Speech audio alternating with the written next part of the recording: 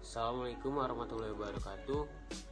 Perkenalkan, nama saya Muhammad Rifal Muni dari 11 IPS 3. Kali ini saya akan menjelaskan proses masuknya Jepang ke Indonesia.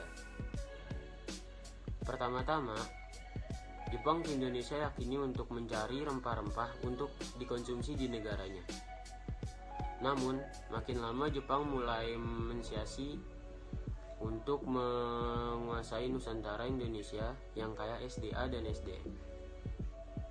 Sebagai negara fasis militerisme di Asia, Jepang sangat kuat sehingga meresahkan kaum pergerakan nasional di Indonesia. Proses menduduki Indonesia. Pada tanggal 11 Januari 1942, tentara Jepang dan angkatan lautnya yang kurang lebih berjumlah 20.000 orang mendarat di pantai timur wilayah Tarakan, Kalimantan Timur. Begitu tiba di Tarakan, tentara Jepang disambut oleh tentara Belanda yang sudah menduduki wilayah itu. Belanda yang tidak terima tentu menyerang tentara Jepang sehingga terjadilah pertempuran sengit. Peralihan kekuasaan dari pemerintahan kolonial Belanda hingga dikuasai Jepang. Pada 1942, Jepang menduduki Indonesia. Sebelum mengeksploitasi rakyat dan sumber daya Indonesia, Jepang merebutnya lebih dulu dari Belanda lewat Perjanjian Kalijati.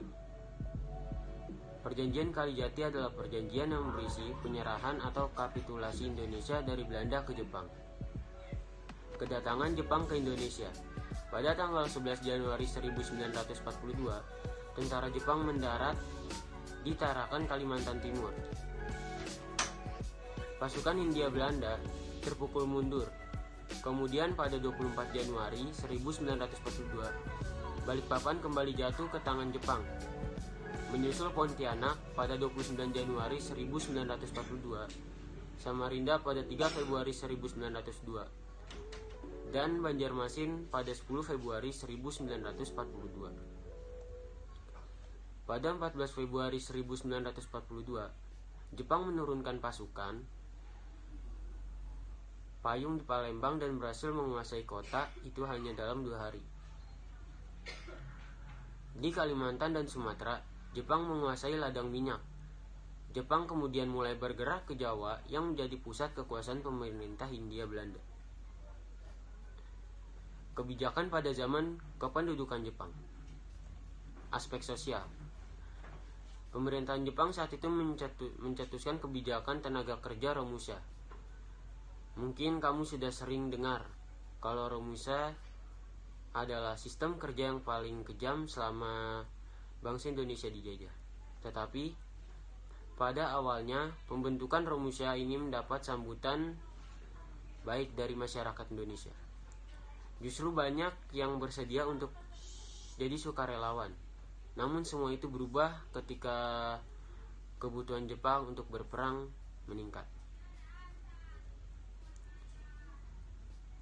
Aspek budaya. Pemerintahan Jepang pernah mencoba menerapkan kebudayaan memberi hormat ke arah matahari terbit kepada rakyat Indonesia. Dalam masyarakat Jepang, kaisar memiliki tempat tertinggi karena diyakini sebagai keturunan dewa matahari. Jepang berusaha menerapkan nilai-nilai kebudayaan kepada bangsa Indonesia, tetapi langsung mendapat pertentangan dan perlawanan dari masyarakat Indonesia. Bangsa kita ini hanya menyembah Sang Pencipta, yaitu Tuhan Yang Maha Esa. Mana mungkin setuju memberi hormat dengan membungkukkan punggung dalam-dalam ke arah matahari terbit. Aspek politik dan militer. 1. Undang-Undang Nomor 2 Tanggal 8 Maret tahun 1942 tentang larangan kepada orang Indonesia untuk berserikat dan berkumpul. Yang kedua, Undang-Undang Nomor 3 Tanggal 10 Mei tahun 1942 tentang larangan kepada orang-orang Indonesia untuk memperbincangkan pergerakan atau propaganda perihal peraturan dari susunan negara. Nomor 3. Undang-Undang tanggal 22 Juli tahun 1942 tentang larangan pendirian organisasi yang bersifat publik. Kebijakan ekonomi Indonesia era pendudukan Jepang. 1. Menyita aset-aset ekonomi yang penting.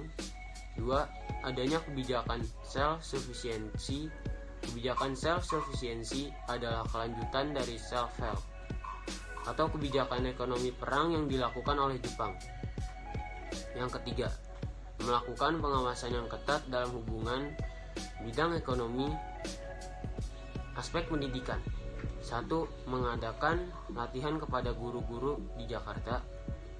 Menghapus diskriminasi dalam sistem persekolahan karena struktur sekolah diseragamkan jenisnya menjadi sekolah umum terdiri dari sekolah rakyat 6 tahun, sekolah menengah 3 tahun, dan sekolah menengah tinggi 3 tahun. Dan sekolah guru terdiri dari sekolah guru 2 tahun, sekolah guru 4 tahun, dan sekolah guru 6 tahun. Sekian dari saya. Kurang lebihnya mohon maaf bila terjadi salah kata. Assalamualaikum warahmatullahi wabarakatuh.